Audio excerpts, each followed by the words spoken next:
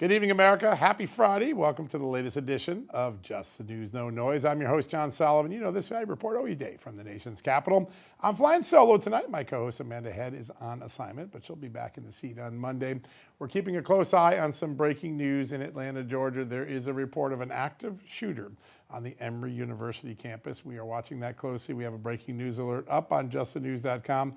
Check out justthenews.com all through the night. We'll keep you up to date. If we get some updates during the show, I'll break in with some news. All right, big day in Washington. Yeah, it might be August, but Donald Trump isn't sitting back. The Trump administration is continuing their investigations into weaponized justice. The latest one dealing with New York Attorney General Letitia James and her 2022 lawsuit against President Trump, his adult sons, and the Trump Organization. That investigation is apparently being looked at by the Justice Department, as well as the possible misuse or miscalculation of her own mortgages. We're keeping a close eye on that. Some grand jury subpoenas were apparently sent out of the U.S. Attorney's Office in the Northern District of New York. So we're seeking information about that investigation, as well as anything having to do with her own mortgage problems.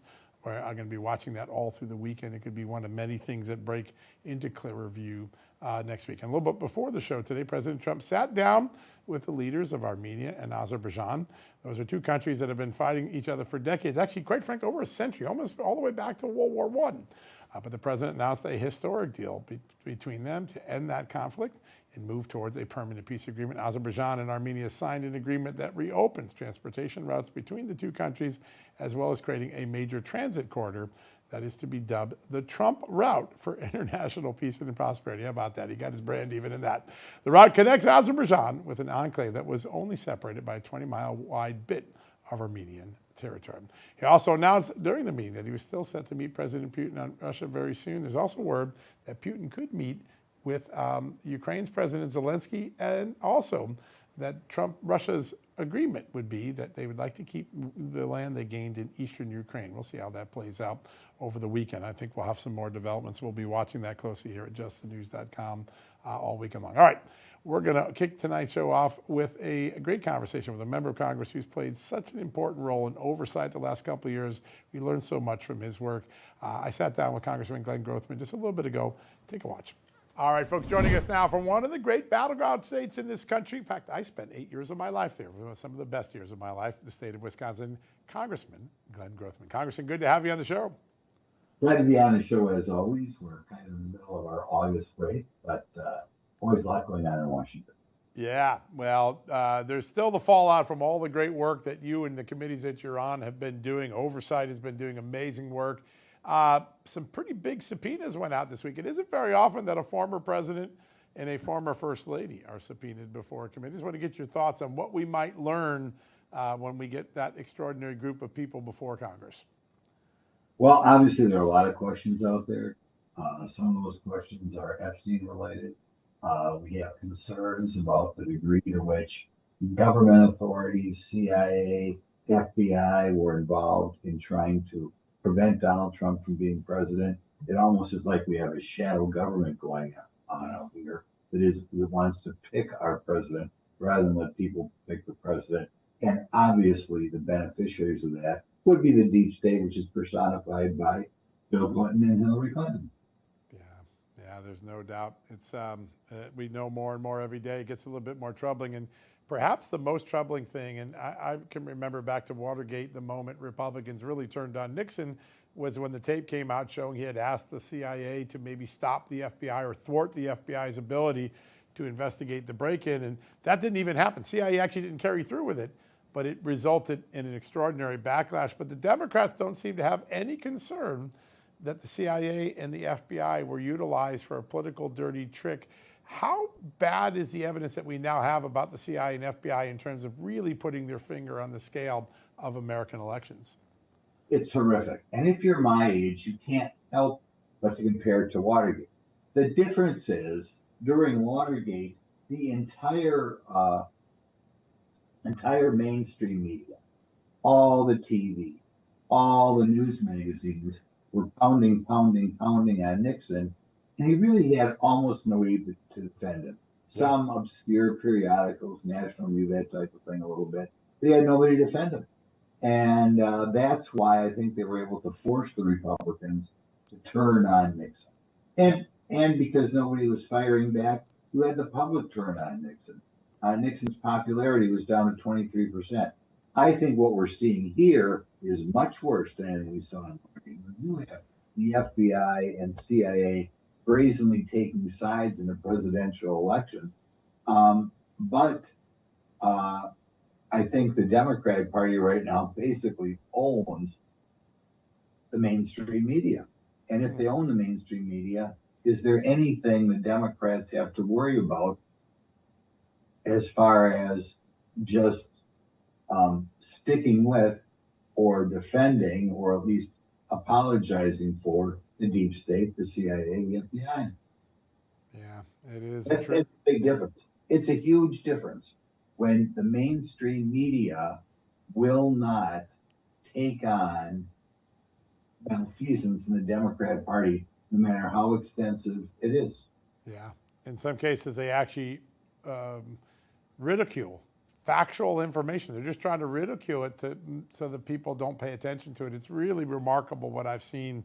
And I think you're right. That is probably the biggest difference between now and Watergate. I want to turn to another subject in the world because you have been such an extraordinary voice on this, and a lot of people don't spend time thinking about it. But the level of persecution against Christians around the world continues to be jaw-dropping, and in some cases just outright sinister. In Syria and many other places, we're seeing wholesale attacks on Christians just because of what they believe, and violent attacks. What do we need to do to better educate the public and to get more American support to help those Christians in dire straits right now? Well, first of all, you're doing a good job just by bringing people's attention here. Secondly, the Christian churches have to wake up a little bit. Yeah. I mean, we worry about minorities, so-called minorities all around the world, and we're not worried enough about Christians who are minorities in many countries, many Arab countries, in countries kind of along that middle part of Africa, problems in India, problems in China, and it's not been made the priority it should have been made. And for some countries, and Christians are a minority, I think they care a great deal about what the United States thinks about them. We should not be thinking that highly about countries that discriminate against Christians. I'm talking about countries like, say, India, which is a very important country. It's kind of perceived to be the wave of the future, but Christians are not always treated that well there. And it's something that our president, doing a good job, can talk about a little bit more. And like I said, quite frankly, I think the Christian churches ought to be a little bit more concerned about this and saying, hey, we got the United States of America here. When we judge a nation, shouldn't this be part of what we look at? Yeah, very important ethos that we need to restore to our thinking, at least in the public consciousness. I think the Trump administration's on top of it, and I know you are. I want to turn to a little bit of a twist in the Ukraine-Russia saga. It looks like Vladimir Putin has gotten the message from Donald Trump. Looks like they might meet. Maybe Zelensky will join as well. The idea that the president was willing to punish India, normally an ally, someone we're trying to get a trade deal with, just to make sure that India couldn't help Russia sell more illicit oil. It's a big sacrifice on the American side, but it's potentially a big game changer on the world side. Your thoughts on Donald Trump's ability to finally maybe get Vladimir Putin's attention? It's a very big concern. I really can't think of anything Donald Trump is worried about. Usually the American public doesn't get that excited about it for him. But we do not want to have this sore festering that much longer. We have a situation in which other foreign countries, bad actors, Iran, but even more North Korea, Cuba, Venezuela are getting involved over there. We want to nip this in the bud before it gets any worse.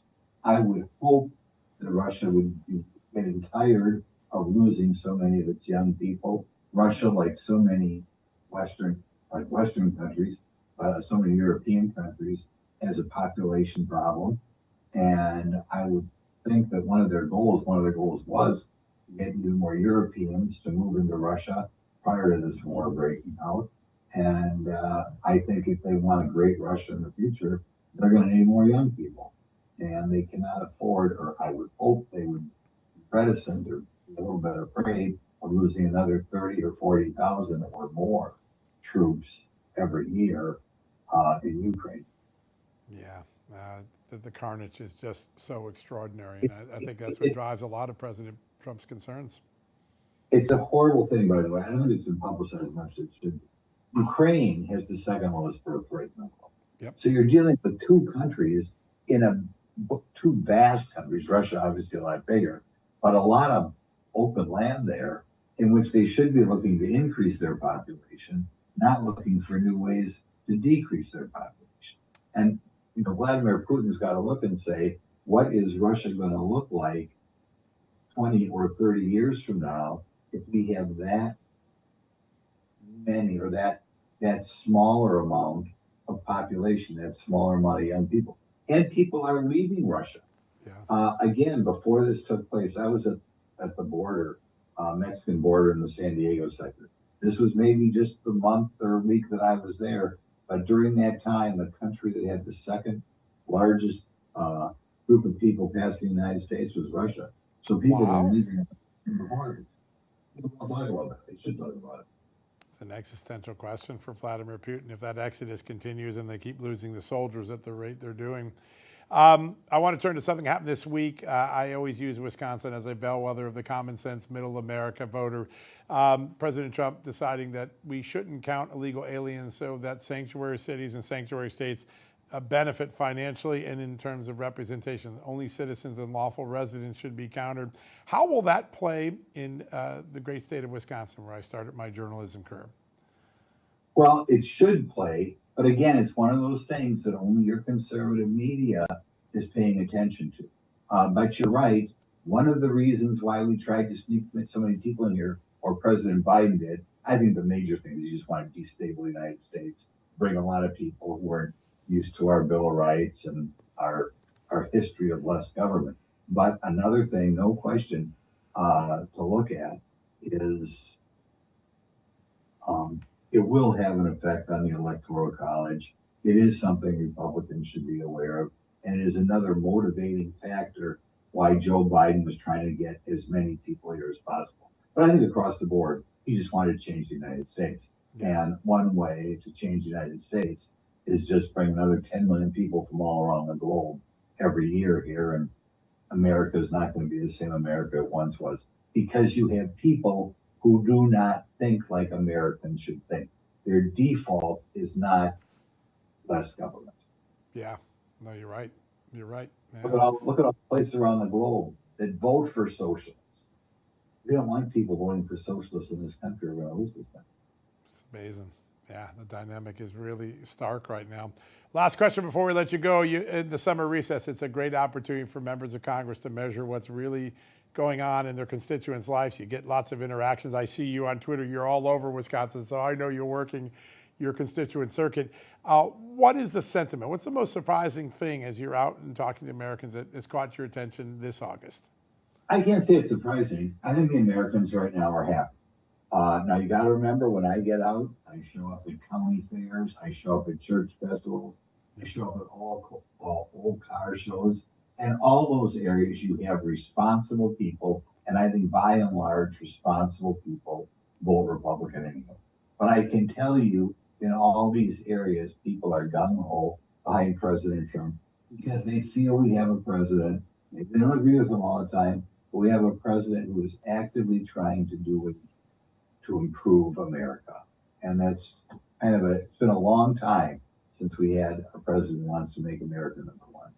Yeah, and he promised it, and he seems to be delivering it, and it seems to be resonating in the polls as well. Congressman, as always, it's a great honor. I still think about all the extraordinary work you did last year to bring the plight of those migrant children who had been abandoned by the U.S. government to light. Your oversight work is so important in Congress. Great to have you on, and I hope you have a great weekend.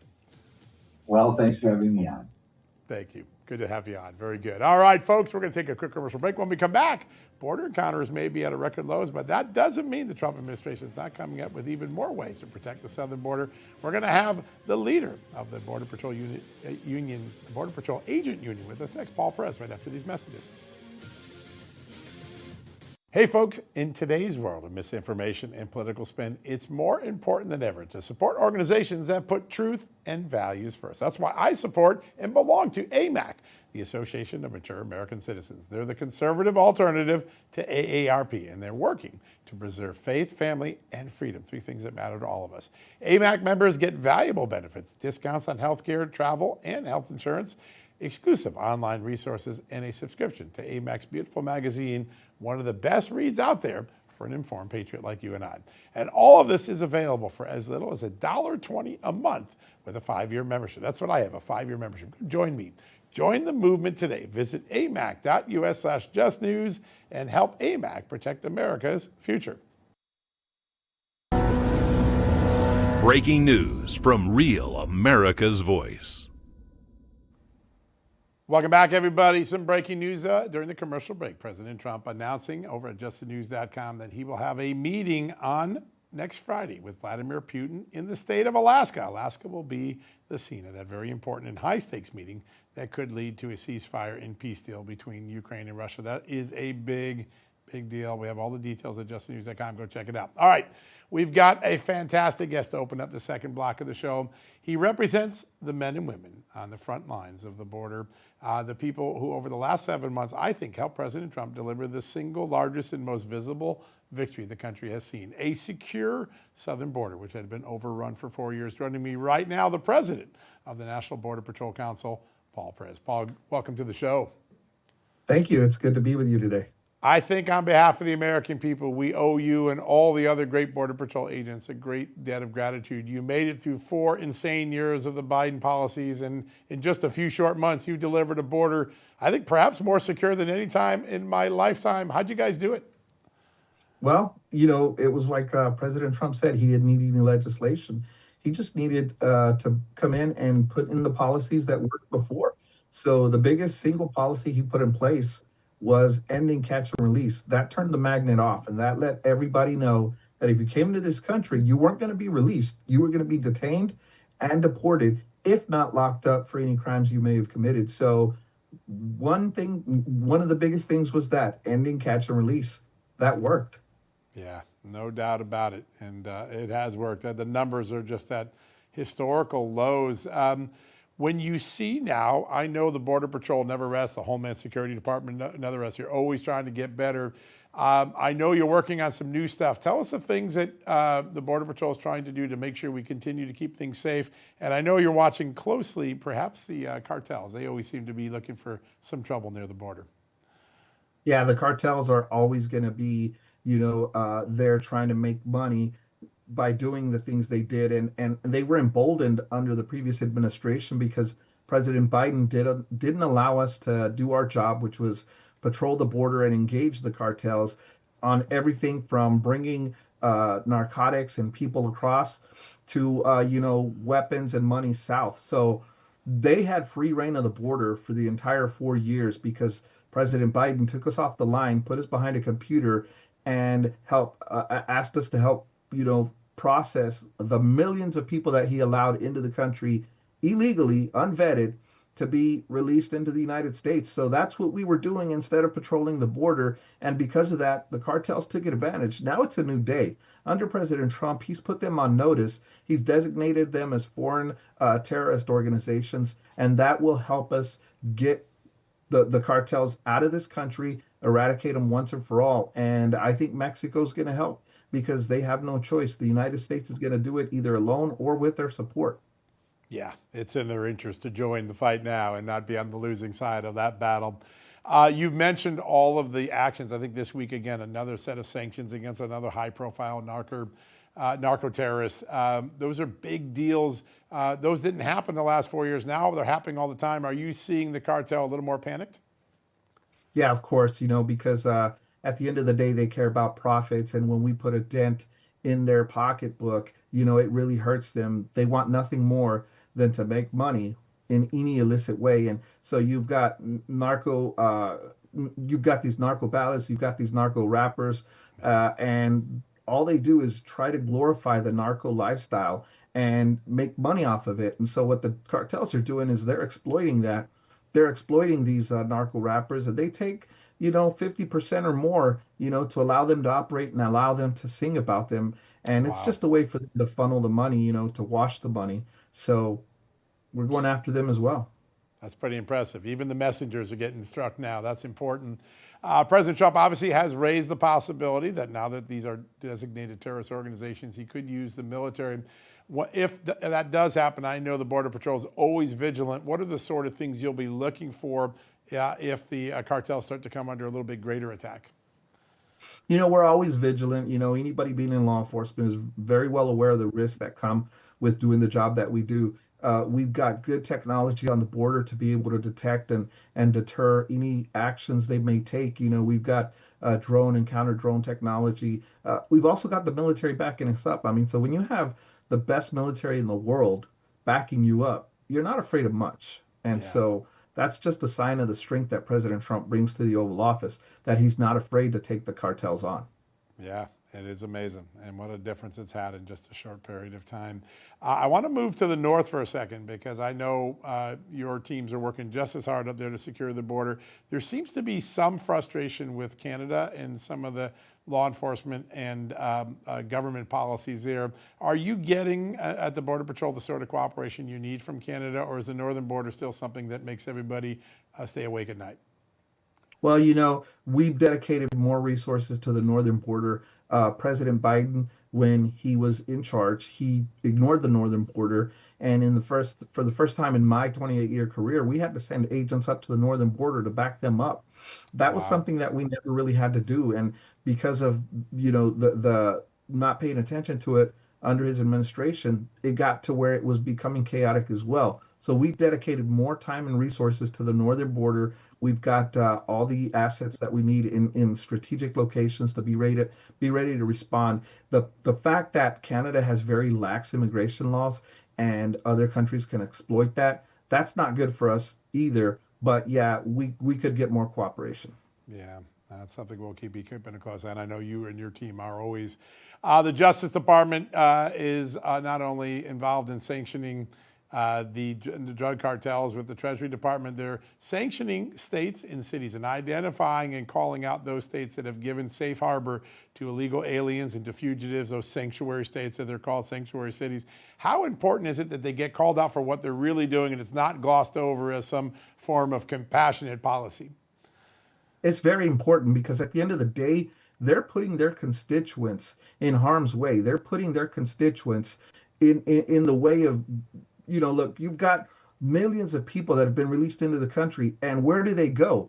Sanctuary cities are a magnet because they know that law enforcement's not going to cooperate with ICE or Border Patrol, so they're going to go there. So when these politicians put their constituents, at the bottom of the priority, and they allow the illegal immigrants to be the priority, then that's not good for the American citizens that voted them in. And I think more and more people are looking at this and calling them out because it's not only the fact that they're protecting them, they're funding them, they're giving them money to stay here in the United States. So they're encouraging them to stay here instead of them taking up the government's offer to be repatriated at at our expense on their terms back to Mexico or wherever it is they may be from.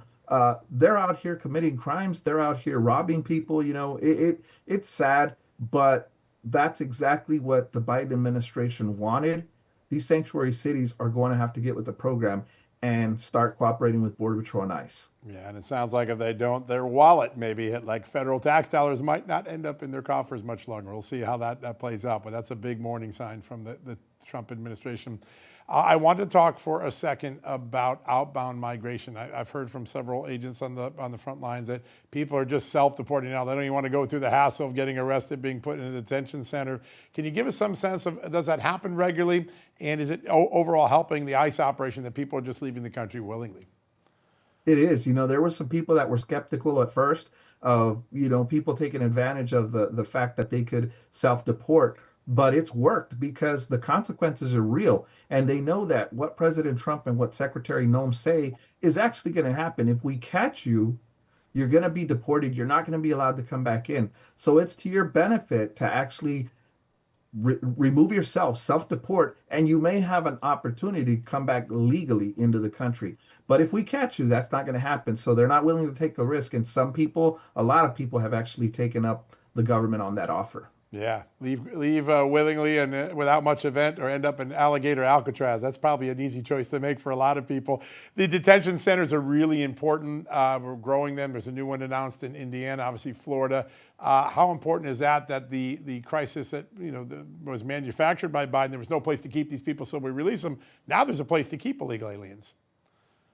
Yeah, and that's good that some of these states, I think there's going to be more states that are offering their help, Florida and Indiana, I'm sure Texas, I'm sure there's going to be other states that are going to be jumping at the opportunity to help President Trump, detain these people because, again, we need the detention space. We're not going to allow catch and release anymore. So we're going to remove the millions of people that are here, and we need somewhere to detain them. And so that's where these states are stepping up. It's really beneficial for us, and it really helps us out.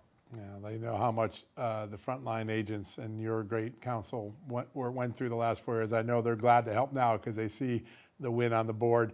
Paul Perez, President of the National Border Patrol Council, please, on behalf of everybody here at Real America's Voice, thank the men and women in your union, all those on the front lines. They have done an unbelievable job. We're so grateful for your time today. Thank you. I appreciate being on with you. Yeah, great interview as always. Thank you so much. All right, folks, after the break, we'll get to the inspiring story of a candidate for U.S. Congress in Ohio. He says the left's push for DEI is incredibly misguided, and he's going to tell you why personally. Next, right after these messages. Hey folks, there's just one simple lifestyle upgrade we can all make. I made it, you should too. Field of Greens. If you drink a delicious glass of doctor-formulated Field of Greens each day, you're going to feel amazing like I do. Plus, your doctor's going to notice your improved health. You're going to get your money back. Who does that anymore? One Field of Greens customer wrote, the best blood work I've had in a decade. My doctor said, whatever you're doing, keep doing it. That's exactly what my doctor told me. Another said, for the first time in years, my cholesterol numbers are normal. And this mom said, after Field of Greens, my hair, nails, energy, and blood work were all better. How can a fruit and vegetable drink promise better health? Well, it's easy. Each fruit and vegetable in Field of Greens was doctor selected to support vital organs like your heart, your liver, kidneys, your metabolism, and the immune system, and of course, healthy blood cells. Let me get you started on the same path I'm on with 20% off and free shipping. Visit fieldofgreens.com and use my code JUSTNEWS. That's fieldofgreens.com, promo code JUSTNEWS.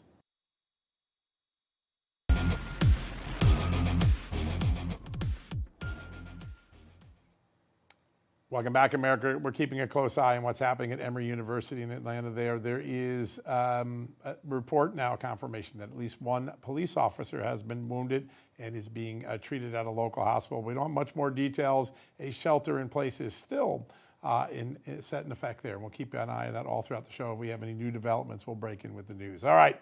I love when we get to bring a new face to the national stage, someone running for Congress who's got big ideas and in a state that has so many big new lessons for America to follow, the great state of Ohio. Joining me right now, State Representative Josh Williams, who's now running for U.S. Congress.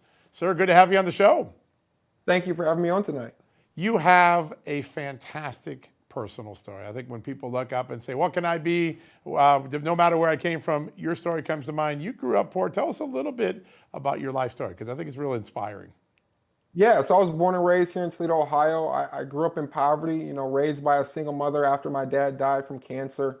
We struggled, but we made do. And, I dropped out of high school when I was 18 when I became homeless. I slept on park benches for about the next 6 months. And eventually, when I found out that my son was conceived, I did what every good man should do, try and find good work, good, hard, honest work at the railroad. And I was successful there for a few years. And then, unfortunately, I fell at the age of 21, destroying my spine, and laid in bed for the next 6 years. Wow. Fighting to overcome that injury. I had metal implanted in my spine to stabilize it. And eventually I fought with the state of Ohio for the opportunity to go to college. For over a year, they tried to block me from going to college, threatening to cut off my benefits if I had the audacity to dream of a better future for my family. And eventually at the age of 30, I enrolled at the University of Toledo as a freshman. And at the age of 35, just 5 years later, I was graduating with my third degree, my law degree, graduating from law school, became a practicing attorney, a constitutional law professor, and eventually ran to be state representative, and now I serve in House leadership in Ohio as majority whip. There are Hollywood movies that are not nearly as impressive as that incredible journey that you took. It really is something, and I know it's inspiring. And then you've given back to your state and to your community. You serve in the state legislature, now running for Congress. What made you say, you know what, I'm going to go to Washington to make a difference?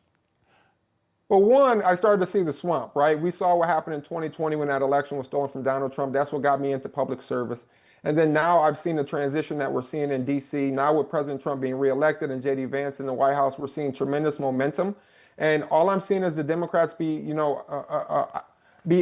negative about the transition that we're having. We're seeing the economic policies that are coming out of the Trump administration. And I'm continuing to see, my representative, Marcy Kaptur, get on stage and say how that's going to kill the U.S. economy, even though the reports are showing continuous growth. We finally have strong leadership, putting America first, putting Ohio manufacturers first, and we're competitive on a national stage. And I'm continuing to see Democrats just be negative, thinking the same DEI talking points and LGBTQ issues are going to win them the next election. Boy, they got to start reading the polls. They are way off on that target, but you're right. They triple down. Now, it's not double down. They triple down. It's actually a head scratcher to me. I love one of the things. You wrote a recent op-ed that caught our attention, and I think it's great because we have this debate, and this year we leaned back into workfare for the first time in 20, 30 years, and now people who are on food stamps or Medicaid, if they're able-bodied, they aren't caring for children, they're required to do some work to keep their assistance. You really feel this is important. It's not just an obligation to the community. It actually makes you a better person when you're struggling to make ends meet, right? Yeah, I mean, that idea of individual responsibility is what helped dig me out of poverty and out of that bed when I was disabled and hopeless. When I tried to gain good economic growth for my family, the government stepped in the way. But even when I enrolled in college, the government required that I worked 20 hours a week once I got past my associate's degree. So my junior and senior year and all through law school, I had to work 20 hours a week in order to maintain my disability benefits so I could continue in college. I did that by volunteering in my community, by raising a young family, and continuing my studies and earning a full scholarship to the University of Toledo College of Law. Now, I was able to do that while 50% disabled. You're telling me that a 30-year-old living in his grandmother's basement playing video games all day can't put down the dope that he's smoking to get a job and be able to maintain free health care that the honest working blue-collar Ohioan is paying for him?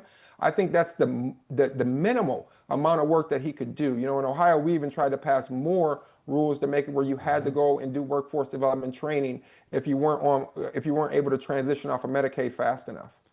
That's a pretty good challenge to anyone sitting in their grandma's basement. Get off your duff and do what I did. That's a pretty good, and you have a great example. You lived it. I want to talk a little bit about the incident recently in Cincinnati. Now, Ohio's a pretty good, strong law and order state, but it has some communities that have these long histories. This notion that we make excuses for violent crime, we let people back out thinking it's better than incarcerating them, it's really having a negative effect on communities, isn't it? Absolutely. I mean, the violent crime that we're seeing in these Democrat-controlled cities is atrocious. The incident that happened in Cincinnati is preventable. And even after the fact, you need to punish harshly those individuals that perpetrated those crimes. I mean, seeing a group of individuals just assault, not only men, but young ladies, women, blindsided with violence. And then to see the community go and try to blame the victim, seeing the prosecutor charge them with the least amount of offenses possible under Ohio law, and then for the Democrat-elected judge to release these people out on bond with minimal bonds. Someone needs to be held responsible. Our system is built on law and order. Our communities want safety and security, and the least we can do is provide that as elected officials. So, we demand accountability in Cincinnati and the rest of the state of Ohio. We've drafted laws to put these people behind bars, and those laws need to be enforced, not only by our law enforcement, but by the prosecutors and the judges within these Democrat-controlled cities. Yeah, it's so important. The prosecutors are often the biggest weak link because they just let these offenders right back out, and the cycle just gets worse. Before we let you go quickly, I think you're going to be one of the bellwether races because Marcy Kaptur went all out against the BBB, the One Big Beautiful Bill. There are so many things that are going to potentially lean into the manufacturing renaissance of Ohio and America in that bill. I have a sneaking suspicion you're going to use that vote against her for the next many months. Absolutely. I mean, Marcy Kaptur is out of touch with average Americans, average Ohioans. She voted against the biggest tax break in American history. She wanted your taxes to go up by astronomical numbers. She voted against the push for American manufacturing. Many people believe that Marcy Kaptur needs to step aside and just retire, but I actually want her to run because I want to beat her. I want her to see that the American people do not believe in her policies. She skated by long enough. The greatest accomplishment the greatest accomplishment she's had is being reelected and serving 22 terms in the House. Eventually, she's going to be called home and answer for the decisions that she's making, including voting against the One Big Beautiful Bill. Yeah, there's nothing like a forced retirement to send a big message, and that's what I think you're going to try to deliver.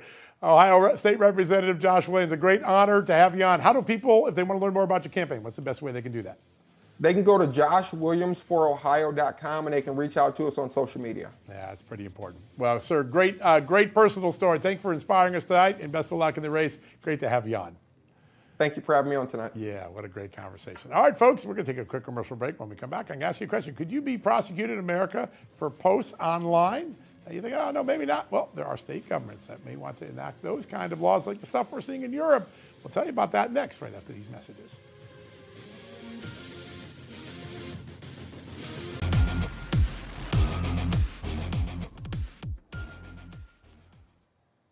Welcome back, America. A little earlier, actually just last month, I was down in Orlando for part of the Alliance Defending Freedom's summit. It was an unbelievable experience. I met amazing people who are on the front lines of protecting speech and personal freedom, both of which are under attack worldwide, often in Western civilizations that were built on liberty. Joining me now to give us an update on one of the great threats to our personal freedom is censorship, Senior Vice President of Strategic Initiatives and Special Counsel to the President of the Alliance Defending Freedom, Ryan Bangert. Ryan, great to have you on the show. Hey, John, thank you for having me on. Oh my gosh, I love it. I had so much fun. I could have stayed longer. I love the ADF team. You're fighting the most epic cases that go to the heart of our freedoms, our free speech, our right to personal freedom. You've got some big cases. One of my favorite ones, the Babylon Bee, which is always when I need a laugh, I go there. Tell us a little bit about that case. No, we all love the Babylon Bee, and I'll tell you, you were at the summit and you saw our presentation on censorship. Government censorship of speech is a real problem, and we ignore it at our peril. And in California today, we are fighting two laws that were signed by Governor Gavin Newsom last year that impose just draconian requirements on social media companies, on companies like the Babylon Bee that engage in satire and parody, in particular political satire and parody. Now, these laws came out of an instance where a blogger he called himself Mr. Reagan USA, posted a satire video of Kamala Harris after she announced her presidency candidacy. And it was edited and modified using AI tools in a very hilarious and sort of parodic way. Now, Gavin Newsom was not going to stand for that. So he called on the legislature to pass laws, which they did, that imposed draconian requirements on parody and satire sites like the Babylon Bee, forcing them either to take down satire and parody or to label it using large disclaimers that ruin the effect entirely of the satire. It's a direct attack on political speech. And we all know satire and parody is one of the most effective ways to convey political messages. And so that's why I think these laws are so dangerous, because they target core political speech, which is really at the center of the First Amendment. I doubt they asked Jimmy Kimmel to do the same thing. Is there a double standard that you see often in the way these are enforced? Very much so. I mean, the enforcement, the devil's in the details, and you can very much see the enforcement of these laws is not even-handed at all. I mean, we've even seen this at the federal level over and over again. We have seen instances where government law enforcers have targeted conservative viewpoints for surveillance, even for discrimination. We've seen this time and time again. There was a case that just went to the U.S. Supreme Court last year called National Rifle Association versus Vulo, in which the evidence demonstrated that the New York Department of Financial Services leaned on banks and financial institutions to stop doing business with the NRA simply because the people who ran these departments opposed Second Amendment rights.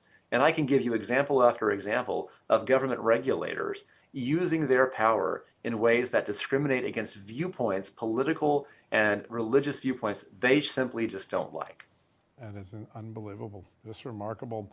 You mentioned Hawaii, and we had one case from the 2016 election that just finally got reversed of a meme that led to criminal charges. Hawaii wants to make it a criminal offense on, I think, a lot of different memes. What's going on with that? Oh, gosh. Well, I'll tell you what, making memes illegal is one of the most, I don't want to say it's hilarious, but it's actually laughable under the First Amendment. And again, it just goes right back to what we're talking about with the Babylon Bee case, trying to make satire and parody, trying to make speech illegal simply because it mocks, makes fun of, or communicates a message that the regulators and the law enforcers don't like. I mean, I can give you another example of this. Look at the Digital Services Act over in the European Union right now.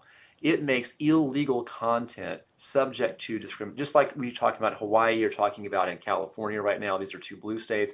Well, there's nothing more blue right now than the European Union. The European Union has a statute on the books called the Digital Services Act that empowers national coordinators of content to regulate speech that either the member states or the EU finds to be illegal. Now, what's an example of illegal speech? Well, it could be anything that threatens democratic values or things that are just that subjective. And the problem with that is it gives enforcers almost carte blanche to regulate speech that they don't like. And when you look at the laws like we have in Hawaii, like we have in California, we see that very same problem seeping in to what they're doing. And that's why it's so important for us to be vigorous in enforcing the First Amendment and First Amendment rights of Americans anytime we see them being infringed. So I think we just really have to be, very, very vigorous and very, very on top of these things all the time. Yeah, one of the most palpable things that I picked up when I was at the ADF summit was that Europe is a potential mirror of what the left would like to do to America. I mean, we had a story in Just the News the other day that the British Bobbies, the London Metropolitan Police, they've created a special unit to just arrest people who post about illegal immigration in Europe. And I think, wait a sec, I mean, this is the Western world, right? And the answer is, well, it's not the same Western world we used to be in. Should we be looking at Europe as what the left wants to do to us here in America? I think if we would ignore Europe at our peril.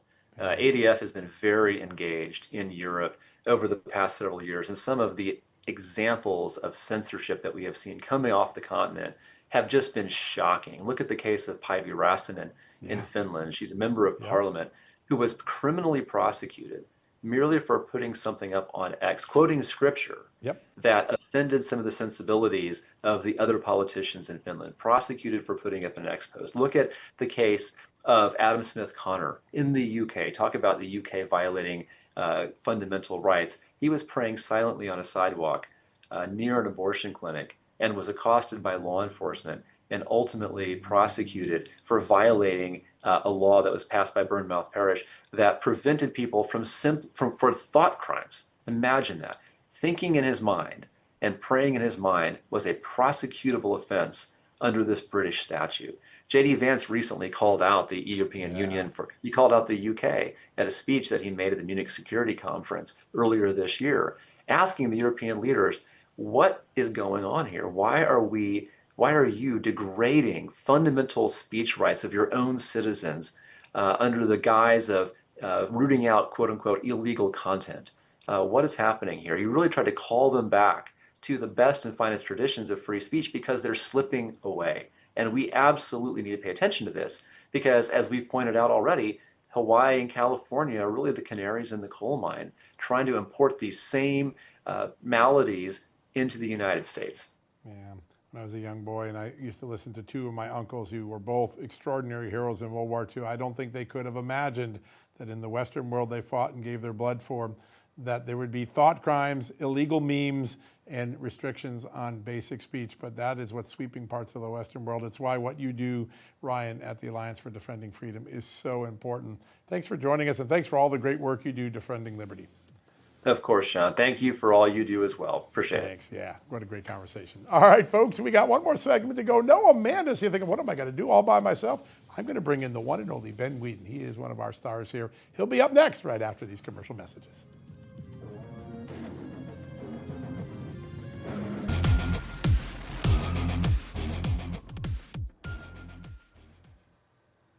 All right, folks, welcome back for the commercial break. Almost to that weekend. Yep, hang on, get the beer ready. We're almost there. But before we do, I want to bring in one of my amazing talents and colleagues here at Just the News. People say, I can't believe how fast Just the News is. President Trump says something. It's like on Just the News 3 seconds later. The reason for that is we have one of the most amazing chief political correspondents. He's fast, he's smart, he's productive, and he's on top of the news all day and all night. He's my good colleague, Ben Weeding. Ben, good to have you on the show. Well, thanks for having me. Oh, we love the work you do. You were working a lot today. Azerbaijan, Armenia, announcement by President Trump that he's going to have a summit with Putin. I mean, there's a lot to work out before Putin's going to make a deal, but this seemed to be a good day for the Trump doctrine foreign policy efforts for peace. Well, it's going to depend on how this plays out long term. There are a lot of implications here for a potential peace in Ukraine. How this plays out in the Caucasus specifically could potentially signal that they're not as interested in peace long term. Yeah. Honestly, there's a way of looking at it that shows they're potentially setting up the next proxy war against the Russians after Ukraine is already over. Yeah. Azerbaijan's already in the middle of a feud with the Russians over the crackdown on the Azeri mafia, and adding this security and transportation corridor through Armenia to Turkey, that's extending the reach of both Ankara, which is already a bit of a loose cannon in the Middle East, and the West. That sends a powerful message to Putin, but it also potentially sets up the next domino. Yeah, that's going to be something to watch. Listen, it's always a tinder dry region. One little thing could have 7 or 8 down effect streams, effect downstream. When you look at this, Donald Trump playing, and these are 2 Soviet republics. Trump's had his finger in them the last few weeks while Putin is just trying to figure out how to win the war in Ukraine. There's maybe a little bit, Fred Flight's a little bit of head games going on here that Donald Trump could reach into the Soviet region sphere of influence and maybe at least just get something going. Do you think there was some shadow diplomacy behind that? I mean, there's certainly a psychological element. From a practical standpoint, the war was essentially over 2 years ago, and what Trump has added to this is a ratification. It's more of a, consolidating the final issue. It's a peace treaty in the sense that it's giving Azerbaijan what it wanted to not start another war. Right. And so it's more of a formalization of the status quo with a small concession there, and we found a way to cash in on it. So yes, there is a new element of American presence in that region. There is one country between Armenia and the Russians. That's Georgia, which is more or less clamped down in the Russian camp. No doubt. So it's not necessarily as strong a signal as you could potentially send, but it's definitely putting a U.S. presence much closer to the Russian doorstep on a different front. Important to remind people that Georgia was the first country that Putin decided to invade before Ukraine's 2 invasions. So it's always been an abject focus of his. When you look out now, what should we expect out of the Friday summit? Well, they're going to be meeting in Alaska. The Wall Street Journal was reporting that Putin had threatened or had offered to give a ceasefire in exchange for what they called Eastern Ukraine. In reality, they just want the 4 oblasts that they've officially annexed, which is not anywhere near half of the country. Right. But that's not necessarily new. That's the line that the Russians have been repeating for months at this stage, and that would involve essentially Ukraine withdrawing from some of its few remaining strong fortifications. Right. Little reason to suggest they're prepared to actually concede on that point at any moment. It's entirely possible at this point we're looking at a high-profile attempt by the Americans to negotiate some sort of resolution on the U.S.-Russian front that may not necessarily lead to an immediate ceasefire in Ukraine and addresses other areas. We saw that happen in the Riyadh talks. Yeah, sure. We see a lot of other areas for cooperation and resolution, and this could be as much a pretense for a broader deal that's less focused on Ukraine specifically. Putin's a wily old KGB agent, and he's going to play his games. He's not going to bend easily. When you look at what lies ahead in the agenda when Congress gets fully back in September, more spending cuts and rescissions around the horizon, codifying a lot of the other policies. I've been hearing a lot of lawmakers say, we're going to codify a ton of stuff that is just executive order only now. It seems like it could be an unusually busy fall for Congress. Well, that would be optimistic, and it would mark a significant change of pace for how they've been doing things at the moment. But they still only have a 2-3 seat majority here, so there's not a lot of room for error. And what we've seen from this Congress is they put all their eggs in one basket, got a lot done in the one big beautiful bill. But where's the legislative momentum going to come from? They've got the one beautiful bill in, and that's brought in a lot. But this has been a very executive heavy presidency. That's been the case in the first Trump administration. And have Mike to go because we're Johnson's going to hit the need crest see break. something. We kept going. Ben, we love the work you do every day, guys. We're going to hand off to Grant Stitchfield, get our weekend started. Have a good one. We'll be back on Monday.